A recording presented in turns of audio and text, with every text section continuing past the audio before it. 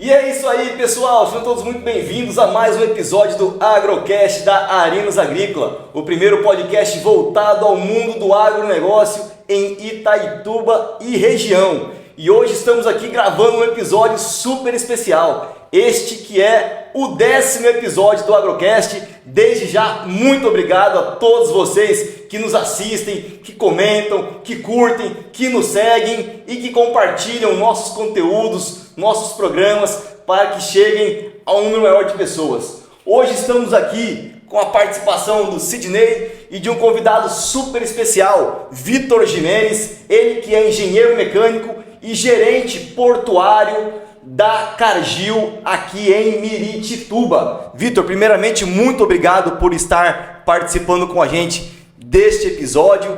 Sidney, muito bom ter você com a gente aqui. E antes de começar, agradecer aos nossos colaboradores Nogueira, Baldan, IMEP, Semag e Micron. E desde já pedir para você que não é inscrito, se inscreva e, se possível, compartilhe este conteúdo com outros produtores, com os familiares e com os amigos. E vamos lá, Sidney! Vitor, obrigado por estar presente aqui no 10º episódio da Arinos Agrocast. Gostaria de agradecer imensamente a sua presença, a Cargill por ter cedido essa entrevista com um bate-papo com a gente. Gostaria de perguntar o que é a Cargill, onde que é a origem da Cargill e o que a Cargill faz.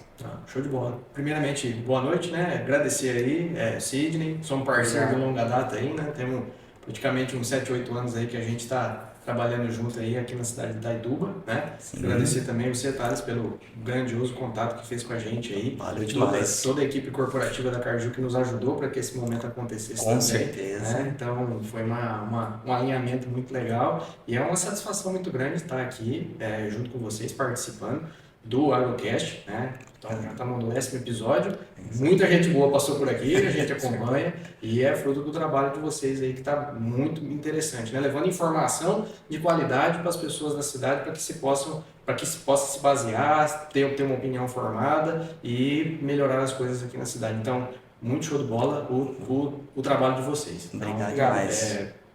O incentivo, os patrocinadores também, que é bastante importante também, todo o enredo que tem por trás disso aqui. Então, parabéns e falando um pouco da Cargill, né? Cargill, então, é uma empresa americana, né, que está presente em muitos países. Então, Cargill, né, é um sobrenome, né? Então, é uma empresa familiar de capital fechado norte-americana, né, que esse ano completa 160 anos, né? Então, ela é de 1865, dos Estados Unidos. E 100 anos depois, ela veio para o Brasil. Né? Então, esse ano a gente completa 60 anos de atuação aqui no Brasil.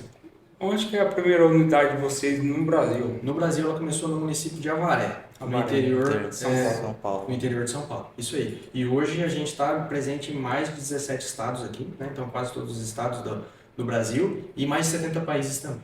Então tem uma expressividade bastante grande. Em vários países, o Brasil com um papel fundamental, né, juntamente com os Estados Unidos e outros países aqui, principalmente da América do Sul também, Argentina.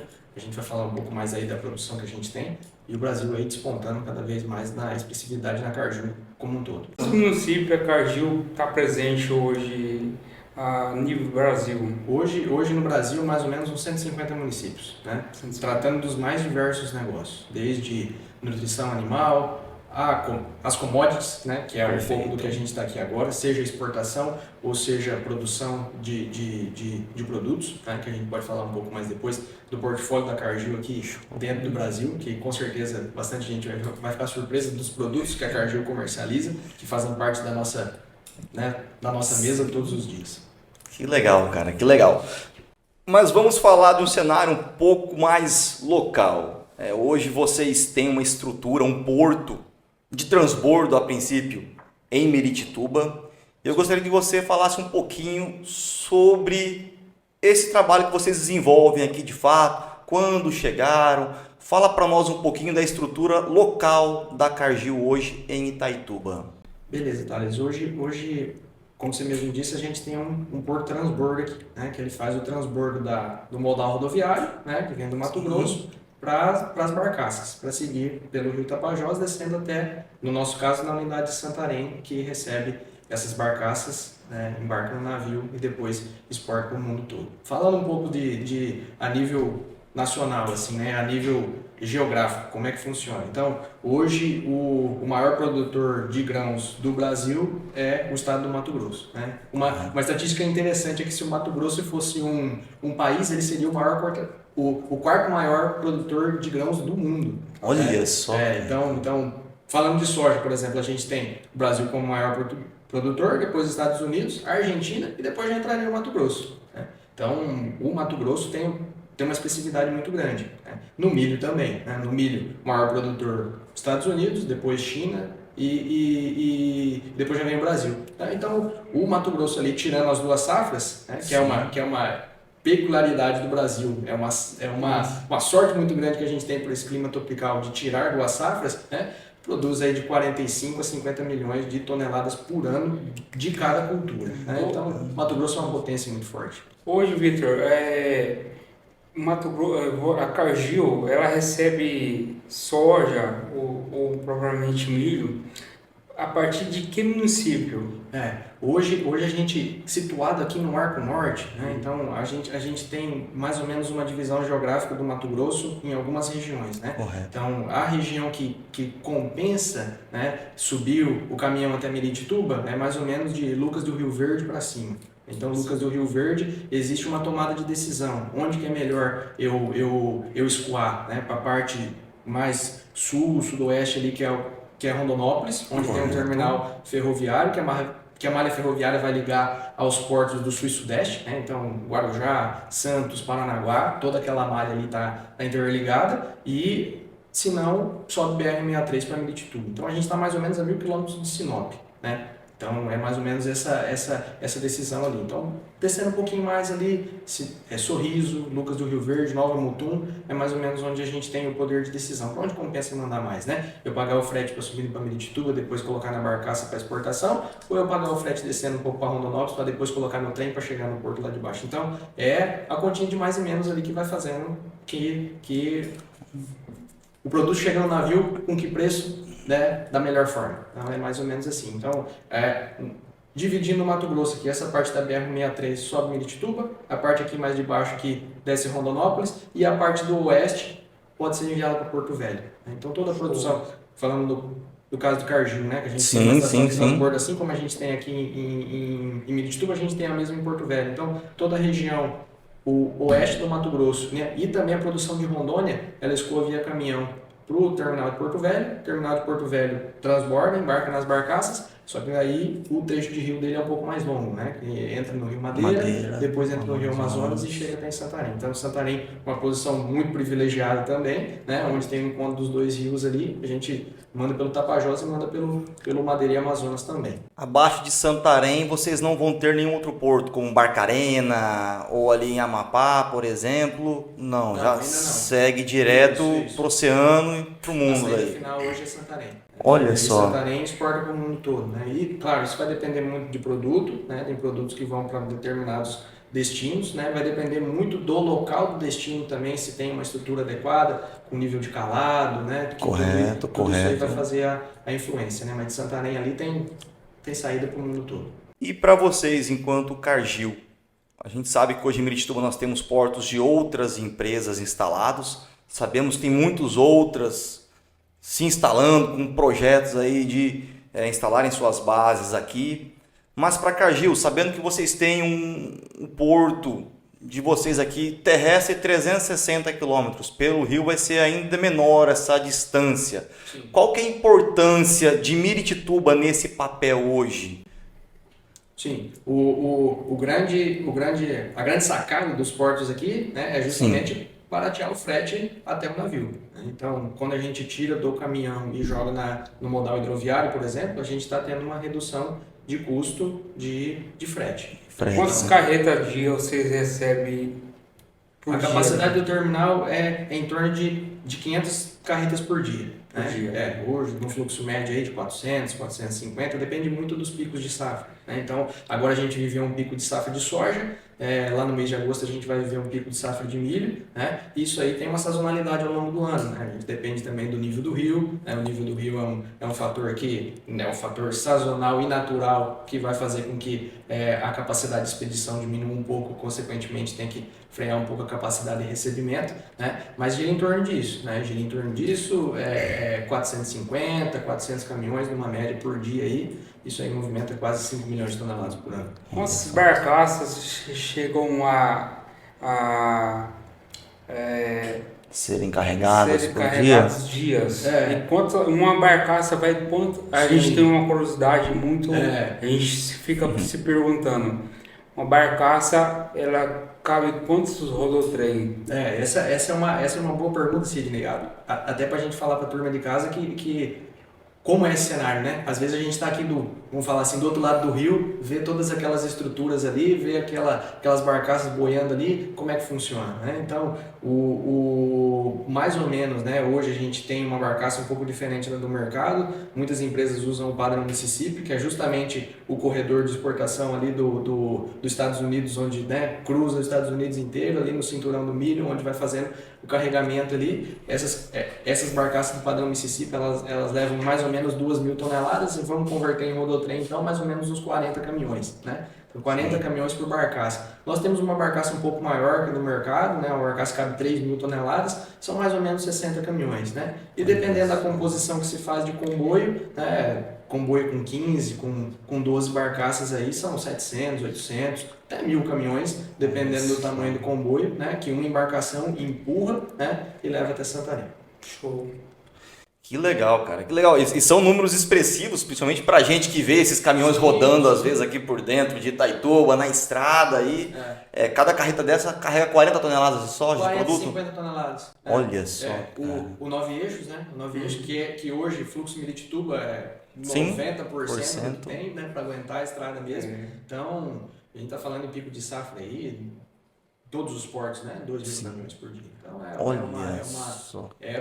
é muito expressivo. E a tendência é só aumentar. A gente sabe que alguns já estão com pedido de expansão de suas plantas ali. É um lugar muito privilegiado, né? Onde a gente tem uma geografia, né? Onde a gente tem uma rodovia que chega ali, onde a gente consegue ter o rio navegável até a saída do oceano como um todo, né? Então, claro, tem que fazer o transbordo no navio, né? Tem que fazer essa carga no navio, mas a hidrovia ela está aí para ser usada, né? Então, é isso que é bastante importante, um lugar bastante privilegiado para a gente fazer isso aqui. Na verdade, se esse rio fosse lá em Novo Progresso, aqui um pouco mais a montante do rio, aqui subindo o rio tem alguma coisa de um pedral ali, né? Então, mas aqui a parte navegável desce ali, encontra com a BR e aí o negócio acontece. Que legal, cara, que legal, parabéns. Sidney, vamos lá? Como funciona, Vitor, a transbordo de Miritituba e quais são as principais etapas dessa operação? Sim, né? Então, a operação como um todo, ela consiste na descarga do caminhão e na embarque da barcaça, né? Então, é uma operação de movimento de grãos. É diferente de uma fábrica, por exemplo, que processa e beneficia a matéria-prima, commodity, por exemplo, né? Mas falando assim de uma forma simplista, parece muito simples, mas é uma coisa que envolve bastante processos, né? Então, o Thales teve a oportunidade de conhecer ele na semana passada, já tinha ido outras oportunidades, o Sidney com certeza vai, inclusive num programa muito importante que a gente tem ali, que é o Terminal de Portas Abertas, né? Então, como eu estava comentando antes com vocês aí, a gente tem esse programa onde a gente quer aproximar cada vez mais nós da sociedade, da comunidade, né? Justamente para falar quem é a gente, o que a gente faz, qual a nossa interação, o que a gente está empregando aqui, o que as pessoas estão se desenvolvendo aqui. Né? Então, é um tour que a gente faz ali no terminal, claro, tem um momento em sala onde a gente vai falar justamente esses dados que a gente falou aqui, né? O que é a Cargill no mundo, qual é a nossa influência, né? O que a gente tem de negócio por aí e mostrar um tour ali de como acontece. Mas basicamente, quando o caminhão sai do Mato Grosso, né, ele é embarcado lá, tudo certinho, transportadora, e vem para um pátio regulador. Né? Esse pátio regulador fica do quilômetro 30 até ali perto da Transportuário, né, onde as empresas vão acondicionando esses caminhões. E os terminais, né, que a gente está falando uma cadeia, um complexo portuário praticamente, né? Eles vão chamando esses caminhões para descarga conforme capacidade de descarga. Né? Então vai chamando e o primeiro processo ali dentro é a pesagem, né? onde o caminhão como um todo junto com o grão é pesado, né? Depois disso vai fazer uma classificação onde vai aferir a qualidade do produto, né? Se o produto que veio da origem do Mato Grosso, por exemplo, é realmente aquele produto que a gente quer comercializar, então tem uma norma específica para isso, que é a norma do padrão de exportação, por mais que a gente não faça exportação aqui, mas todo produto aqui vai para exportação, então temos que seguir essa norma, e depois isso aí vai para descarga, né? E a descarga a gente tem alguns equipamentos ali, que é o próprio tombador, que é um equipamento hidráulico, né? Um equipamento produzido no Brasil, muito interessante, onde se trava o caminhão, eleva ele ali 45 graus e todo o produto escorre na moega e a gente armazena. Do começo, um caminhão subir em cima do desembarcador, até ele a finalizar ele, qual que é o tempo? A gente tem alguns tempos médios que a gente toca a operação ali, né? Isso vai entrar no quesito de eficiência que a gente vai falar aqui também, que faz parte dessa pergunta, né? Em média, um caminhão ali, ele fica mais ou menos 1h15, 1h20 dentro do terminal, para tocar todos esses processos, né? Pesagem, classificação, descarga e pesagem para sair de novo com faturamento, para ele seguir viagem, pegar outra carga e voltar para descarregar de novo, né? E aí, os processos, eles têm os seus tempos também, né? O sobe e desce do tombador ali é coisa que demora menos de 10 minutos, né? Então, já com travamento, destravamento, limpeza, né? É um processo rápido. A gente tem que trabalhar muito na eficiência operacional porque a gente cative o motorista, que ele consiga sempre vir, descarregar, fazer viagem, tocar o mês dele, né? Fazer realmente acontecer. Isso é um diferencial competitivo no mercado, com certeza. A agilidade na descarga é o que todo mundo ali está buscando, com certeza.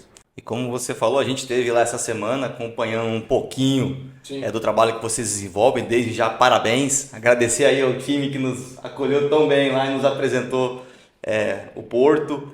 E pra gente que não está acostumado com isso, realmente é algo que nos espanta até pelo tamanho, pela proporção, pelo fluxo. Sim. E como vocês fazem tudo isso com uma margem de segurança muito alta, cara. Os padrões de segurança que vocês seguem ali dentro, desde a chegada do caminhão na guarita, onde apenas o motorista identificado com o caminhão vai poder adentrar, a família fica ali no espaço reservado, apropriado, a classificação, muito interessante como é feito esse processo, o tombamento, que o motorista ele tem que desembarcar, sentar lá na cadeira correspondente ao tombador onde ela está, senão ela nem...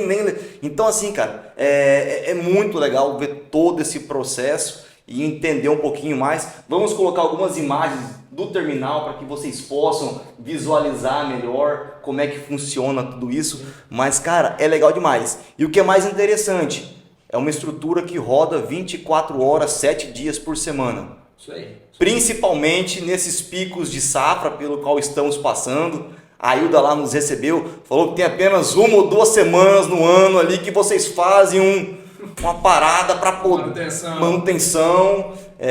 Mas no geral o Porto ele roda o ano inteiro ali. Sem parar.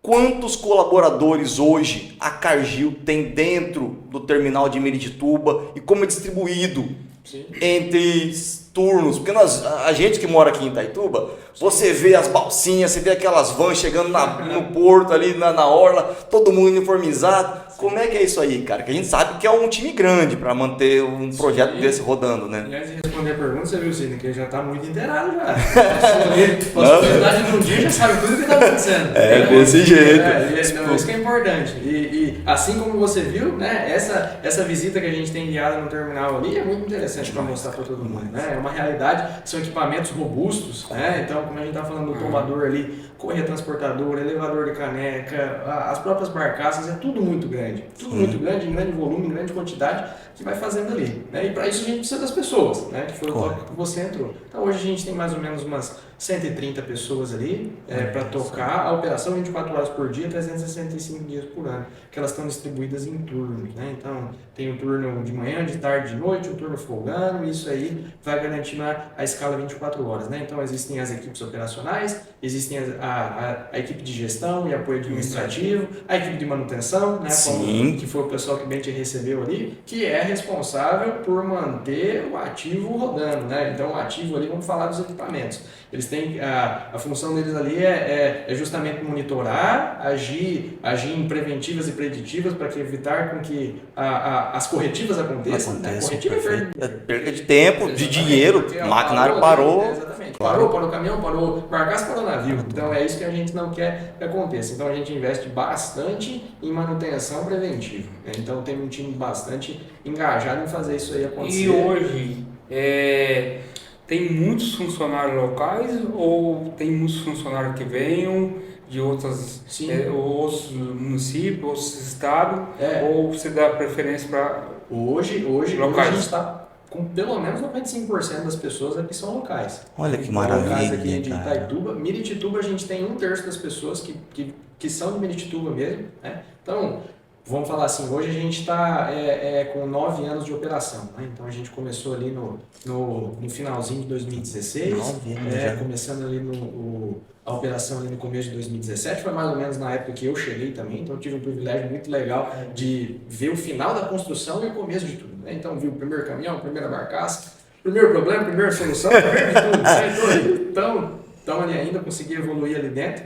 E as pessoas que entraram no começo ali, muitas vieram da obra ali mesmo, que construíram um terminal, que eram ou da construção civil ou carpinteiro, que hoje são operadores portuários. Né? Então a gente tem... Transformou vidas, né? Exatamente. Hoje a gente tem um desenvolvimento de carreira muito legal. Né? A gente tem 9 anos de atuação ali e pessoas que vieram da construção civil, hoje são gestores de pessoas, né? Hoje estão formando outras pessoas. É muito legal de ver isso. Tem pessoas que foi formado em Miritituba e foi transferido para outras regiões? Sim, a gente costuma falar ali que a gente só não exporta milho e soja, a gente exporta talentos também, né? Isso que é um ponto importante ali. Então, como a gente tem bastante unidades próximas daqui, vamos falar Porto Velho e Santarém, estão próximos, que a gente está fazendo o mesmo negócio, várias pessoas daqui já foram para lá, várias pessoas do sul vieram para cá, então como a gente é uma empresa muito grande e tem várias unidades, a gente tem essa mobilidade também. Né? Então, nosso propósito aqui é formar pessoas, né? Formar pessoas para a sociedade e também para agir dentro da empresa onde a empresa precisa da gente. E já que você tocou nesse assunto, vamos falar um pouquinho do Vitor agora, rapidinho, que na nossa visita a Hilda falou um negócio muito interessante. Ela falou, eu entrei aqui como estagiária, hoje já estou contratada, já estou desempenhando a função, ela é engenheira mecânica também, está responsável pela parte de manutenção junto com o time. E falou, cara, e aqui é legal porque o Vitor iniciou como estagiário aqui também, a Annelise, que hoje é gerente da região norte, também iniciou como estagiária, hoje você é o gerente portuário do terminal de Miritituba. E conta um pouquinho para nós, Vitor, quem é você, da onde veio, sua formação, só para que as pessoas às vezes entendam. E eu sempre falo que essas empresas grandes, elas acabam dando oportunidades de crescimento pessoal e profissional que, cara, é um absurdo. E você, enquanto população, se souber absorver, é muito legal, cara. Sim. Conta pra nós um pouquinho aí de quem você é e como funciona por alto esse processo seletivo Cargill, porque eu tenho certeza que hoje tem muitas pessoas aqui de Itaituba, de Miritituba, outras cidades aqui próximo, que também almejam uma vaga de emprego numa empresa como essa. Hoje é uma forma de entrada na empresa muito valorosa, né? E que a gente tem alguns exemplos que seguiram carreira e conseguiram se desenvolver. Né? Então, eu sou engenheiro mecânico de formação. Eu sou do interior do Paraná, uma cidadezinha muito pequena chamada Alto Paraná, né? Onde meus pais moram até hoje lá. Fiz engenharia mecânica na Universidade Estadual de Maringá, né? Maringá é uma cidade importante ali do interior do Paraná, uma cidade muito boa, né? E no último semestre da faculdade eu tentei algumas seleções para estágio ali. Já conhecia a Cargill, já sabia da importância, meu pai sempre falou muito bem da Cargill, né? Tanto é que hoje para eles é um orgulho muito grande de eu estar trabalhando na Cargill. Seu pai é agricultor? Também. Então agora tá bastante envolvido no ramo também, né? Então é uma região muito de agricultura, lá um pouco diferente, né? Lá então tem as lavouras de laranja, de mandioca, então é um nicho bastante importante ali na região. E quando eu estava no último semestre da faculdade, me inscrevi para a Cargill, que é um processo até hoje, né? Um processo de estágio a nível nacional, né? Então as vagas surgem por ali, os milhares de inscritos também surgem. E a gente vai seguindo o processo com as entrevistas, com as dinâmicas. E eu lembro que quando chegou o e-mail para mim, você foi selecionado para Miritituba, né? E a gente vai pesquisar o que é Miritituba, onde está. Muito longe, né? Mas eu só pensava que era uma oportunidade na minha vida. Pensava o quão arrependido eu ia ficar se eu não agarrasse essa oportunidade. Então, são 6 meses, é coisa rápida, né? Em agosto agora completa 9 anos que eu estou aqui. Então, 6 meses de estágio e depois eu fui seguindo a carreira. Hoje o Vitor, ele se considera um itaitubense? já estou por aqui, né? Praticamente aí 1/3 da minha vida eu estou morando aqui. Eu completei 30 anos agora, cheguei com 21, então já sou um itaitubense, né? Então, depois do estágio ali, fui contratado, né? Fiz a parte da engenharia ali operacional, né? Para tocar os processos. Tive excelentes gestores que com certeza estão vendo esse vídeo aqui com a gente, né? Que me ajudaram, né?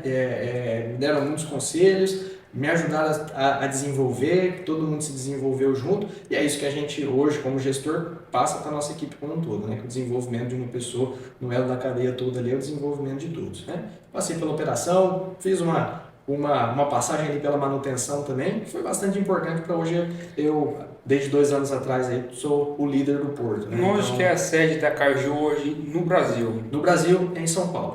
Não só do Brasil, como da América Latina como um todo. Né? Então hoje a nossa divisão... hoje a nossa divisão é América Latina, México até a Argentina, é comandada por São Paulo. Então ali fica a diretoria ali, nós respondemos para a diretoria de portos que trabalha por ali também, né? E nos Estados Unidos, em Minneapolis. Legal demais. A Cargill, ela tem algumas melhorias, tem plano de expansão. Sim. Futuramente? Sim, o que a gente gosta de falar aqui, né? Para tocar todos esses números aí de caminhões, de barcaças por dia, toda aquela movimentação que vocês viram lá, a gente vai precisar muito de pessoas, né? Então a gente falou do número de pessoas ali. É bastante importante também falar que nós somos uma instalação nova, né, que tem uma tecnologia embarcada muito interessante, né? Tudo que é de top no mercado a gente procura utilizar justamente para voltar para a segurança das pessoas, para a segurança do processo e para a eficiência do processo, né? Então a gente costuma falar ali que a gente tem bastante afinco, bastante cuidado com os 4 P's que a gente fala ali, que processos, né? Então a gente tem que manter uma eficiência dos processos, a gente tem medições constantes, né? Nível de engenharia mesmo medindo se a eficiência do processo está ok, todos esses tempos que eu fui falando aqui, se está tudo de acordo, né? Tempos, depois segurança do produto, correto, né? Então manter a qualidade do produto que a gente recebe, que a gente embarca, evitar reprocessamento, né? Do planeta, né? Então o terceiro P aí, planeta, então a gente tem que agir de uma forma sustentável, a gente vai falar um pouco disso aí também, né? Positivo.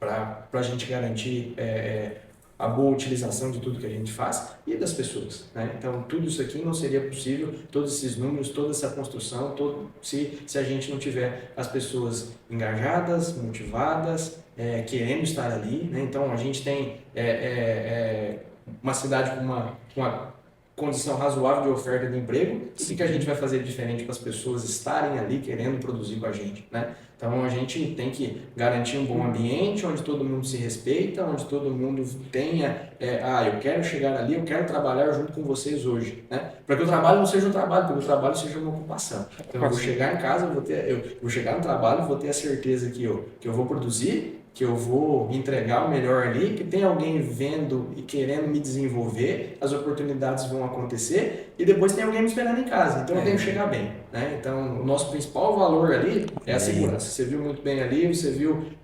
são normas, São, né? Mas são valor, isso é um valor, né? Então se todo mundo ali tem o valor, que aquilo ali é o correto a se fazer, que vale a pena eu, desde usar um capacete, a fazer o serviço da forma correta, da forma com que foi desenhado, né? Analisar todas as medidas de controle, para os riscos ali que estão desenhados, aí a gente ganha o jogo, né? Porque aí a gente tem as pessoas motivadas, engajadas, querendo estar ali se desenvolvendo e as coisas vão acontecendo. Falando um pouco de motivação, já viajei várias vezes com alguns integrantes de vocês e eles têm um prazer de vestir a camisa da Cargill.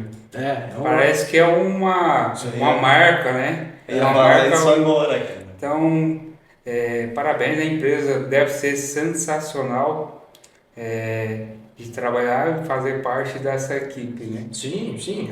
A empresa tem valores, né? E quando os nossos valores pessoais combinam com os valores da empresa, a gente está no lugar certo, né? Então, tudo que eu aprendi lá dentro de casa, junto com meus pais, e aí eu vejo as coisas acontecendo dentro da empresa, e nós temos autonomia para tocar as coisas, né? Alinhadas esses princípios e esses valores, e as pessoas que estão ali compram isso aí também, tudo vive em harmonia, né? E as coisas vão produzindo bem. Então, é um orgulho muito grande trabalhar numa empresa desse tamanho, né? Que favorece as pessoas, coloca as pessoas em primeiro lugar, né? Cumpre a lei nos diversos países que a gente está, né? E desenvolve as pessoas. Então, alguns exemplos que você citou aí, a forma de entrada de estágio, né? A gente rodou o serviço, rodou a conversa e voltou lá no estágio, né? É uma forma muito interessante de entrar, né? Então, entrei lá, hoje também é nível nacional, então a gente ficar muito ligado no site ali, então uma galera que está querendo, galera da cidade aí, é uma forma de ingresso muito interessante, né? Então, sai ali no site e sai as vagas a nível nacional, basta se aplicar e fazer. Qual que é as características para vocês se inscreverem nesse programa hoje? O programa de estágio é nível superior, né? Então é para quem está terminando a faculdade ali. Qualquer faculdade? Sim. Né? A gente tem, por exemplo, eu sou engenheiro mecânico, o pessoal ali tem algumas outras engenharias ali também, mas é nível superior, né? Então tudo que for voltado ali, a gente está buscando perfil, né? Então o que a gente quer é pessoas que se concentram nos nossos valores, estão dispostas a aprender, a estar engajadas, a trabalhar junto, que eu acho que isso aí é o que vale a pena no fim do dia, né? Quais são os principais valores da Cargill? Colocar as pessoas em primeiro lugar, né? Cumprir a lei, agir dentro da normalidade. Então a gente tem vários princípios éticos, princípios diretores, onde a gente é o nosso plano diretor, né? É o nosso norte. Então tudo que a gente faz ali de estratégia mensal, anual, a gente procura segue de qualquer forma os nossos princípios diretores, né? E é notável que quando você está lá dentro, realmente você percebe isso e como as pessoas vivem isso e de forma feliz, satisfeitas vivendo isso. E isso que é o mais legal, transparece através das ações, como elas comunicam, como elas te atendem. Eu até brinquei, falei com o Diego, cara, todo mundo aqui é feliz, pô. É muito legal, cara. É muito legal que as pessoas são muito educadas, muito atenciosas, elas fazem questão de atender você bem. Então, assim, desde já, parabéns. E já emendando com a próxima pergunta aí, o próximo tópico quais os efeitos da operação dos portos a nível local? Vamos colocar aí para a economia da região. Nós sabemos que hoje vocês têm essa grande parcela aí de colaboradores de Itaituba, que com certeza é muito interessante.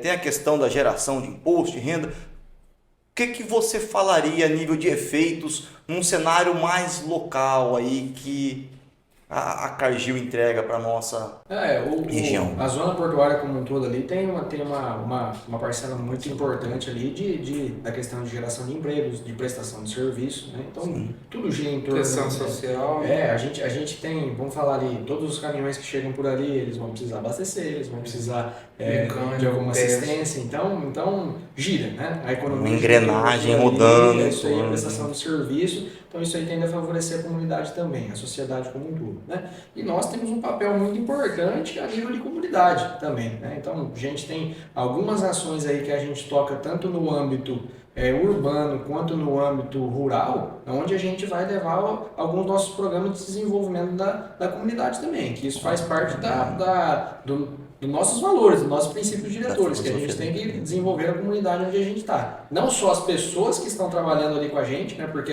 elas vão ser operadores portuários, elas vão desenvolver uma carreira, elas vão ser gestoras de pessoas, né, dependendo do afinco de cada um, da forma que cada um trabalha, mas a gente tem o papel social também para cumprir, né? Então, desde a agricultura familiar, a segurança alimentar, né, que são programas que a gente desenvolve nas comunidades de Miritituba, a gente também tem um projeto de formação e capacitação de jovens, né? Então, é um papel nosso também querer formar esses jovens aqui na cidade, nas escolas, tanto Miritituba quanto Itaituba, para formar essas pessoas, que seja para a gente ou que seja para a sociedade, né? A gente tem esse papel também, então a gente gosta de fazer bastante essa questão.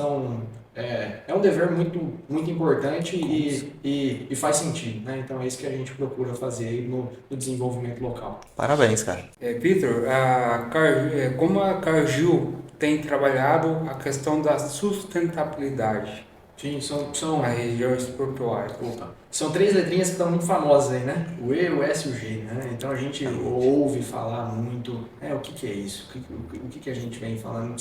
São práticas de meio ambiente, sustentabilidade e de governança para gerar tudo isso aí, onde a gente tem que desenvolver práticas mais sustentáveis, que vão gerar ao longo prazo, né, que tudo que a gente faz, seja operação, seja a nossa maneira de conduzir as coisas, que ela dure um longo prazo, que a gente consiga executar, né? Então, por exemplo, a gente tem vários exemplos aqui, não só locais, mas da cadeia como um todo, onde a gente tem práticas sustentáveis, né? A própria retirada de caminhões e embarque nos comboios é uma forma sustentável de se movimentar a produção, né? Então a gente estava falando ali que num comboio geralmente ali dá para ir quase 1000 caminhões, né? Então a gente tem uma redução de emissão de CO2 muito grande, né? Então a eficiência do empurrador, né? Se pegar ali o combustível por tonelada movimentada, ela é bem mais eficiente do que essa carreta trafegando. E dentro do terminal a gente tem outras práticas ali também, né? A gente tem uma certificação muito importante, foi bom que a gente falou isso, que na época que a gente conseguiu essa certificação, ela se chama LEED, né? LEED, uma siglinha em inglês aí que quer dizer liderança em meio ambiente e desenvolvimento e design sustentável, né?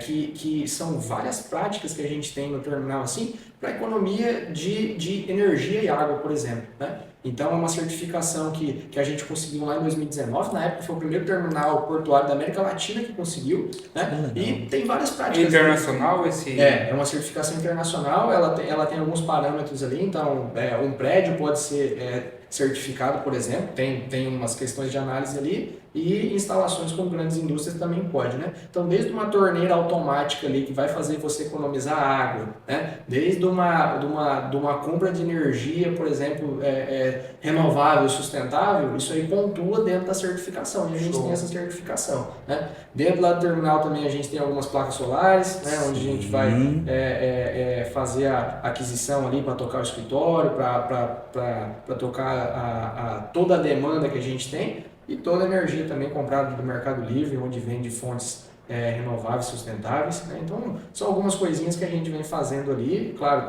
para mudar de pouco em pouco ali e deixar o cenário cada vez mais competitivo. Uma curiosidade, Vitor, hoje, toda a produção que sai de Santarém, ela vai necessariamente para a China ou para os Estados Unidos? Depende muito, né? Depende muito do produto que a gente vai exportar, né? Então hoje, basicamente soja e soja, né? Então vai depender, né? Pode ir para a Europa, pode ir para a China, isso aí depende muito da commodity, né? E também das condições, né? Do formato do porto que vai receber, por exemplo, né? Então um porto expede, outro porto recebe. Então todas onde vai passar esse navio, vai passar em qual canal, por exemplo, né? Qual é o calado que sai daqui que tem que chegar lá. Então isso aí vai definir o escoamento do Brasil como um todo também. Então portos mais do sul e do sudeste pedem mais soja para a China, por exemplo. Aqui no Arco Norte tem mais milho que vai para a Europa. Então tem bastante variável, né? O importante é que toda a costa brasileira aí ela é exportadora para qualquer região do mundo ficar de olho nesses detalhes. E o Vitor falou um negócio muito interessante. Sim. A Cargill não é só milho e soja. A Cargill tem nutrição animal. Ah, sim. Bom ter entrado nesse assunto também. Então, aqui dentro do Brasil, naqueles 150 municípios que a gente falou que a gente está espalhado aí, a gente tem várias atuações, né? Nutrição animal, então falando de soja e milho aí, a gente tem o esmagamento que vai fazer o óleo, né? Então, interessante falar também do produto, alguns produtos que a gente tem aqui, toda a linha lisa, né? Então tudo que é maionese, óleo lisa, seja óleo de milho, óleo de girassol, óleo de soja, é Cargill, né? Então Olha, lisa que é legal. uma marca Cargill, ela não vai estar escrito óleo Cargill, atrás está escrito Cargill, né? Olha Mas a lisa é uma representação, então toda a linha lisa é uma marca Cargill aqui dentro do Brasil, e uma muito famosa também da parte de automatados, né? Que é produzida no estado do Goiás, que é a linha Elefante. Então toda a linha Elefante, Pomarora, Tarantela, é tudo Cargill também. Que bacana, então, cara. É coisa que a gente legal. não imagina, né? Que toda vez que a gente fala isso lá na nossa visita lá, todo mundo, pô, tem em casa, né? Sim. Então, e são referências de mercado, né? A Cargill está presente em quase todos os lados do Brasil, né? Com certeza tá, porque não é só isso, né?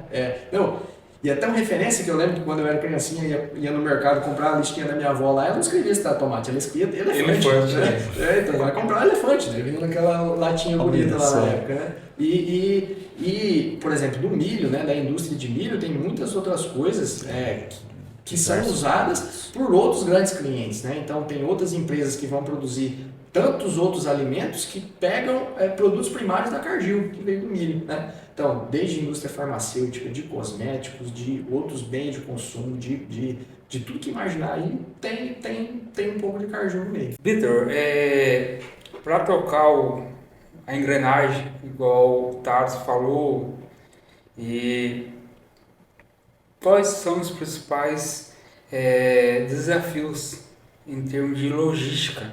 Sim.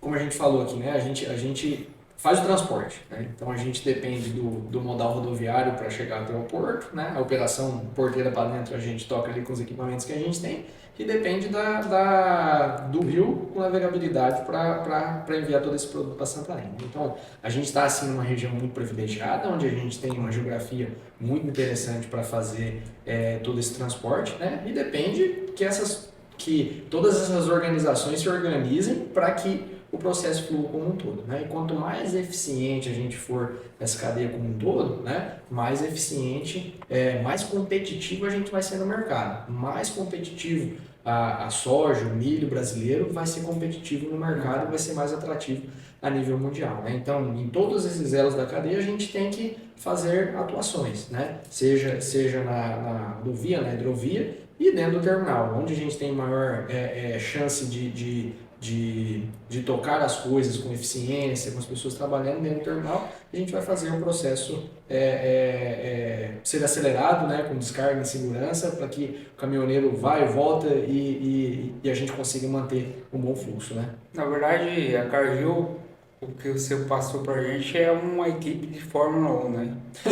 Precisa ser, basicamente isso, né? Então a gente tem um mapeamento do processo como um todo, né? E então a gente tem todas as atividades mapeadas, cada um sabe o seu papel, eu vou fazer aqui, eu vou ali, eu tenho essa medida de controle para seguir, eu tenho esses tempos para executar, e a gente vai executando, né, com a harmonia do processo ali, para que realmente, mas foi uma boa analogia. Não, legal demais. Falando de modal hidroviário, como ele influencia diretamente a operação do porto, principalmente levando em consideração os últimos 2 anos que nós tivemos aí com um verão intenso, onde o Tapajós secou demais, cara. É um fenômeno natural e vocês têm que se adaptar a isso. Sim. Isso não é um problema que vocês, enquanto empresa, ali, conseguem controlar. Vocês têm que se adaptar de acordo. Como é que é para vocês essa questão, por exemplo, do Tapajós? Como vocês trabalham numa vazante e num período de seca mais agressivo, como foi os últimos 2 anos? É uma condição natural do rio, uma condição mapeada, né, que acontece todo o período de verão. Então chegou a parar Chegou a parar alguma vez a operação? Sim, para por algum período, né? Alguns dias ali a gente para, onde a gente aproveita para fazer algumas outras atividades, como te falaram lá, que a gente para fazer as manutenções, para fazer os reparos do terminal, né? Isso é natural, a gente tem que trabalhar com que a sazonalidade e as condições naturais vão permitir a gente operar, né? E a gente tem que encontrar outras formas de produzir com eficiência e com força total nas outras épocas do ano, né? Então, para a gente absorver os picos de safra, porque os picos de safra acontecem sempre no pós-colheita, né? Então, no pós-colheita da soja e do milho, a gente tem que estar trabalhando com força total, porque a gente sabe que ao longo do ano a gente vai ter um período de baixa movimentação por um fator climático, né? Vamos falar assim. Então, é realmente forçar, né, nos outros períodos, trabalhar justo, trabalhar com eficiência para produzir e exportar tudo que é aquilo que a demanda, né? do ano. É isso aí. Legal demais. A gente sabe que a estrutura de vocês ali conta com 3 silos. 3 silos. E vocês hoje conseguem trabalhar fazendo o transbordo diretamente do tombador ali. Também vai. Ou estoca no silo e depois manda para a barcaça. A dinâmica é mais ou menos essa, né? Então, o caminhão, todo produto do caminhão pode ser armazenado, ele pode estar direto para a barcaça. Direto para a barcaça. Então, ali, no silo ali, é o recebimento de praticamente um dia, né? Um dia todo ali recebendo full, né? Recebendo com capacidade total, a gente consegue encher um silo todo, né? Então, o que garante que eu não trabalhe sempre cheio? Que eu tenha a saída, que é a barcaça. Então, cada silo ocupa quantos sacos cada silo? Em caminhões, né? Se a gente for traduzir em caminhões, acho que fica melhor, mais ou menos 350 caminhões. Né? Então, os 3 silos ali, 1.000 e poucos caminhões, que é mais ou menos o que a gente consegue também expedir num comboio, que é o tamanho de um navio, né? É interessante, né? Comboio? Dependendo do tamanho do comboio, é um navio mais ou menos que a gente carrega aqui em Santarém, né? Navio do tamanho Panamax é mais ou menos esse tamanho, 50, 60 mil toneladas. E o que eu achei legal na estrutura deles é que eu estava lá no dia e estavam ali descarregando soja e milho ao mesmo tempo, tudo de forma assim... normal. Sincronizado. Tentaram explicar lá como é que funciona, eu consegui entender por alto, mas assim, é um sistema assim, ao mesmo tempo que complexo, mas ainda funciona bem demais, cara. Sim. Porque você tá vendo ali soja e milho e você tem a barcaça lá embaixo e cara, eu fiquei... Se for num dia emocionante. Foi num dia emocionante. Muito legal. Desde a hora que entra, você passou na guarita ali, você vai ter o galpão de classificação, milho para cá, soja para cá, é simultânea ali a seleção dos dois, a qualificação, vai pro tombador ali os dois... E cara... já dá pra ficar lá. Muito legal. Quantos tombadores vocês têm hoje? Hoje temos 4 tombadores e também moedas pro caminhão, aquele caminhão autodescarregável, né? Que é o caminhão com pistão acoplado, com caminhão basculante. Então, a gente consegue descarregar até 6 caminhões ao mesmo tempo. Olha isso. Então, é uma métrica bastante importante para atingir aquele número lá, né? No fim do dia. Então, claro, temos períodos ao longo do dia aí onde a gente tem maior quantidade ou não, né? Isso é muito variável, base a hora que ele carrega lá, né? Então, o caminhoneiro tem um transit time aí, um tempo de mais ou menos 2 dias, né? Onde ele cumpre as paradas programadas, onde ele tem as zonas de descanso ao longo da rodovia e para chegar no terminal para descarregar. E quanto mais rápido a gente fizer isso, mais interessante vai ser, mais ele vai querer vir trabalhar com a gente. Isso que é uma métrica importante, né? O caminhoneiro, além de tudo, ele é nosso principal cliente, né? Então a gente tem que trabalhar, a gente tem que dar, assim como viu a salinha da família lá, a família tem que estar bem ali, ele tem que estar bem, ele tem que ser bem tratado, ele tem que estar seguro na salinha, né? O caminhão dele está tombando lá, ele está aqui no ar-condicionado, vendo o caminhão dele, né? Ele não está em nenhuma outra zona de risco. Então, a gente tem que tratar muito bem dele para que ele volte, para que ele conte para os outros, né? Vamos lá é importante, lá é rápido. E é assim dessa forma que a gente trabalha, né? Um cliente muito importante que a gente tem que dar total valor. Show. Movimento Brasil, né? O caminhoneiro hoje eles que movimentam. É isso aí. Os caminhoneiros, as transportadoras aí. Tem Na verdade, eu estava vendo um dado muito importante. Tá sendo pouco renovável a questão dos motoristas. Sim. Eu vi um dado de Santa Catarina, falta 30 mil motoristas. Falta profissional no mercado. E não está se renovando. Então, é um dado muito alarmante e preocupante, né? Sim, é uma profissão muito importante e hoje tem que ser total valorizada. Com certeza. E querendo ou não, a gente entende aí que todo mundo está trabalhando, tentando ganhar o pão de cada dia. Às vezes por alguma infelicidade acaba levando mais tempo do que gostaria. O fluxo é intenso nessa rodovia. Às vezes acabou de descarregar, ele já está querendo voltar para pegar e que nem o Sidney falou, por você não ter uma oferta, você acaba colocando esses que estão ali a se entregarem ao máximo. A gente sabe que ao longo da rodovia você tem o PDD, que são os pátios de descanso, eles têm a carga horária que devem cumprir, o tempo de descanso. Sim, isso é normal. Só que muitas das vezes, pela própria, nesse momento de pico aí, às vezes a gente... E é uma situação muito delicada, que às vezes até deveria ser visto com mais cuidado, e o trabalho que não só vocês, todos ali em Miritituba fazem para desenvolver essa acolhida. Sim. Porque tu pega às vezes um motorista que está rodando 2, 3 dias, vindo do Mato Grosso para cá, tem às vezes dificuldade na estrada, um caminhão quebra, um cara desse ele já chega ali com a carga de estresse.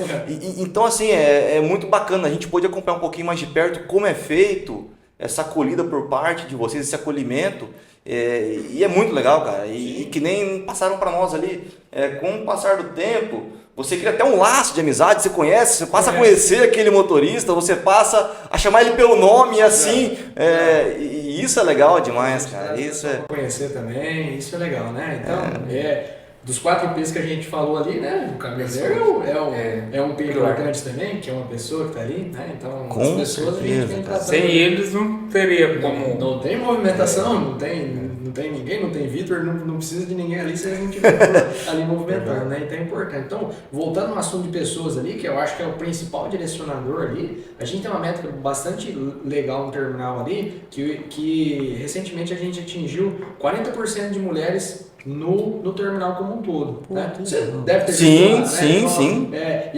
Isso é muito legal, né?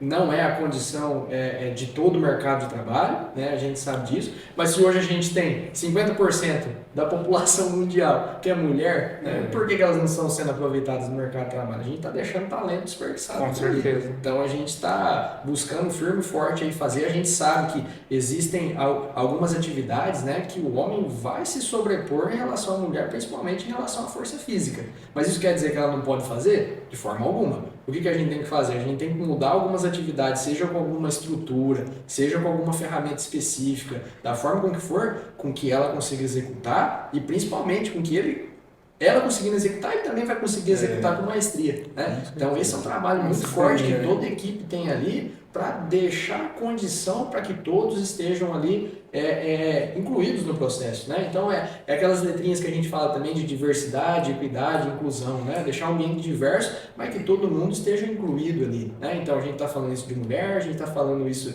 de PCD, de qualquer outra pessoa que queira estar ali trabalhando com a gente. Então, trabalho muito forte de gestão e que todo mundo compra, que é um valor, né? E todo mundo ganha no fim do dia. É bastante legal isso aí. Pessoas em primeiro lugar.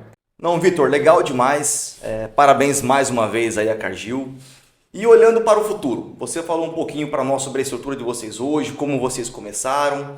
E o futuro, quais são as perspectivas da Cargill com um olhar voltado tanto para Miritituba, mas principalmente para o Arco Norte? Fala para nós um pouquinho sobre o que o que vem acontecendo. Sim, o Arco Norte, a gente já falou um pouco disso aqui agora, né? Então, por definição, é tudo que está acima do paralelo 16, né? Então, a gente pega o paralelo 16 ali, nível geográfico no Brasil, então tudo que está acima disso aí, ele é Arco Norte. Então, ele tem todos os portos, né, da bacia amazônica, vamos falar assim, no Nordeste, na região Norte também, onde a gente faz o escoamento da produção, né, do Mato Grosso, de Rondônia, né, do próprio Pará, toda essa parte aqui de cima, então ela é definida como Arco Norte e hoje tem um potencial de exportação muito significativo ao nível Brasil, né, se equiparando aí aos portos do Sul e Sudeste. Então, o Arco Norte aí é a bola da vez, né, onde a gente precisa de bastante investimento, estrutura, porque vai contribuir muito para o que a gente pensa de futuro hoje, né? Então, a população mundial está aumentando, dentro dos próximos 15, 20, 30 anos aí,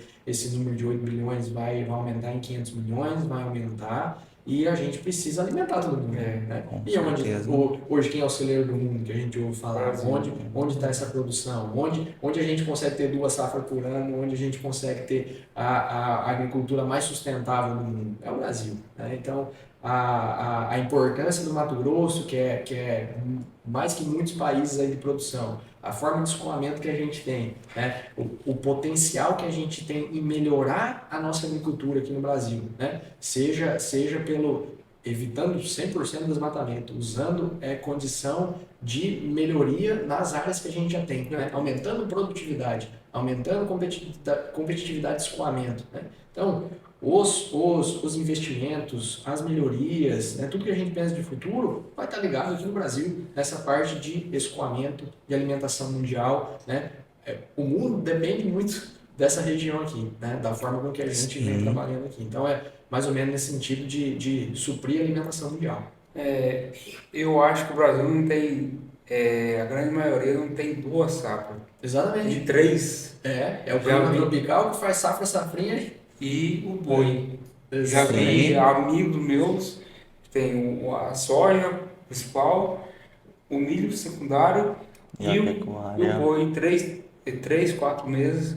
O cara criou o boi na área. E aí, melhoria genética, tudo que a gente tem aí de pastagem, de confinamento, de produção, saca por hectare, tudo isso aí está melhorando, né? Nós somos exemplo para o mundo, né, do que a gente vem fazendo por aqui. Uma vez eu estava em Brantânia do Norte, Novo Mundo, propriamente, numa fazenda do Paulo Polizel.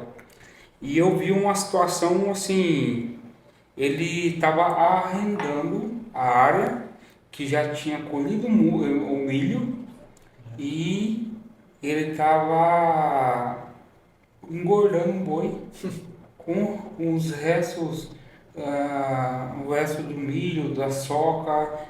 Então é muito interessante. Que terra no mundo que faz isso, né? Então vamos se preparar, vamos estruturar, trabalhar as pessoas, o escoamento, porque o mundo vai precisar. E além também, claro, do alimento, que é uma das principais finalidades aí da produção, nós temos hoje, por exemplo, a produção de combustíveis biodegradáveis através do milho, do soja, da cana e alguns outros produtos que eu acho que num futuro não tão distante vão passar também a ser escoados a partir da nossa região e outros portos do Arco Norte. Você vai ter aí outras sementes, aí, por exemplo, a canola, que já é utilizada, o girassol, algodão, por exemplo. Eu acho que essa logística ela já é bem utilizada, mas creio que no futuro vai ser ainda mais por conta da demanda que... Sim, o potencial de expansão é incrível. É incrível. Né? Então, se hoje quem abriu o caminho foi a soja e o milho, quem garante que outras demandas não surgirão? Né? Os biocombustíveis é um exemplo muito forte disso. Né? Então, a gente tem sim um aproveitamento do milho, por exemplo, um aproveitamento muito grande. Né? Não é o maior exportador, é um dos maiores produtores, mas a gente tem um consumo muito grande no mercado local, justamente para a produção de etanol, para a nutrição animal, né? Então, é importante a gente usar a nossa malha para realmente... Com certeza, cara. E queria te agradecer mais uma vez aqui em nome da Arinos Agrícola, por estar presente, falando um pouquinho sobre a realidade de vocês, de tudo que acontece lá dentro. Parabenizar de verdade você por estar aqui, mas toda a equipe da Cargill que mantém o terminal rodando.